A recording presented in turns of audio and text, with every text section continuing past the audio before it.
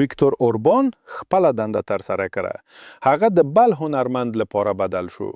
د کلاګران د شرم احساس نه کوي او د تیاتر لپاره د سیاستوالو شکلونه له یوې بوکسي څخه اخلي. اوس به د مجارستان عامه رهبر یو ځوان هنرمند وي چې د مجارستان لپاره ځانګړي تخلص مدیار لري. دا یوه توکه ده که چیرې څوک نه پوهیږي. پیتر مدیار د حکومت نوی رئیس د مجارستان پخوانی ولسمشر فرنس معدل سره اړیکه لري. د دولت اداره کول د کورنۍ کار دی. پیتر مدیار د مجارستان په دولتي اداره کې په کاري پله کې لور پرمختګ کړی.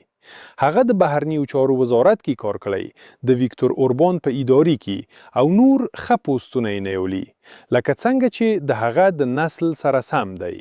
د پیتر مدیار ښځه د مجارستان د عدلیې وزیره وه او ناڅاپه پیتر پریکړه وکړه چې د یوه دولتي کارمند آرام ژوند پای ته ورسوي او د اپوزیسیون غړي شي.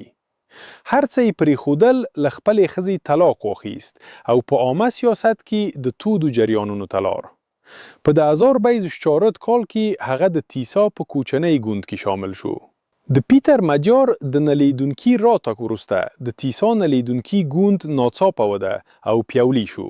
د دوو نلیدونکو شیانو ترمنځ حیرانونکې همغږي رامنځته شوه. حیرانونکي په حقیقت کې ګوند ته ښه تمویل او تبلیغات پیل شول. د پیتر مدیار د مخالف تصویر جوړولو لپاره په د باور لرونکو رایه ورکوونکو کې مدیرانو پریښه وکړه چې زړې او زړې ماریانت بدل کړي په یوه نوې باندې.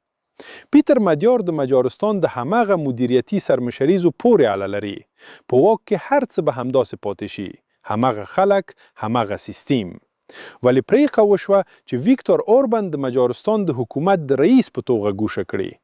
اوربان خپلې دندې ترسره کړي.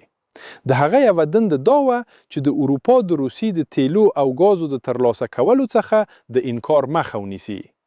مجارستان سمندري ساحل نه لري. په سمندري تانکرونو کې تیلو نشي راوړل کېدی. اتریش، مجارستان، چک، سلوواکیا، سربیا د روسي د تلپاتې یخنۍ څخه د پایپونو له لارې تیلو او ګاز ترلاسه کول. د اروپا هیوادونو ته د هیدروکاربونونو رسولو سیستم له ډیر وخت راهیسې جوړ شوی، د دویمې نړیوالې جګړې وروسته. د روسي له لارې د تیلو او ګازو د پایپلاینونو له لارې د اروپا نیمایي انرژي جوړه شوې وه. داسې سیستم په چټکۍ سره بدلول ناشونی دي. اړتیا ده چې په نورو ځایونو کې د تیلو او ګازو تولید زیات سي.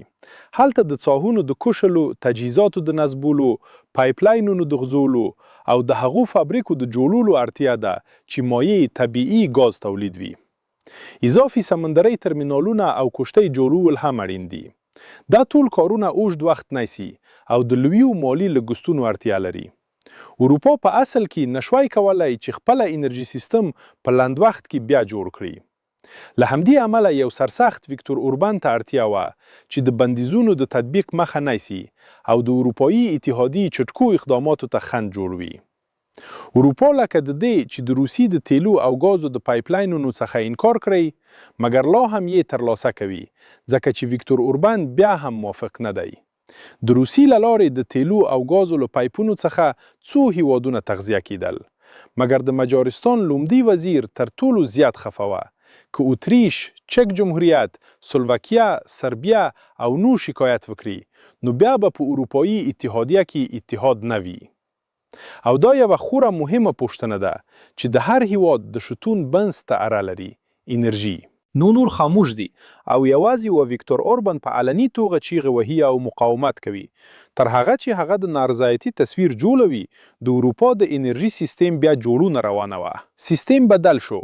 اوس د تیلو او ګازو جریانونه د پایپونو له لارې کمون او په بشپړه توګه بندول کیدی شي. ویکتور اوربان ته د دې عالی رول لپاره ډیر مننه. د ویکتور اوربان د لومړي وزیر دندې پرېښودل هم په مجارستان کې فشار کموي.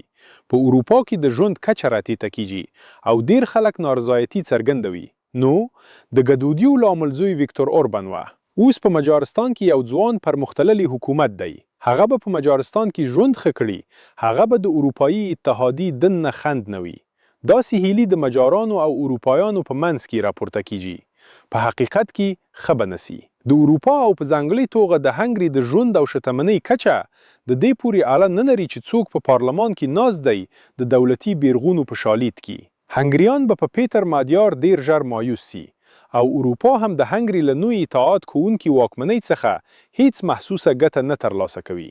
د دې علت په حقیقت کې نه په هنګري کې دی او نه په اروپا کې. د بشریت د ژوند د تأمین نړیوال سیستم له خپلې دندې سره سمون نه خوري.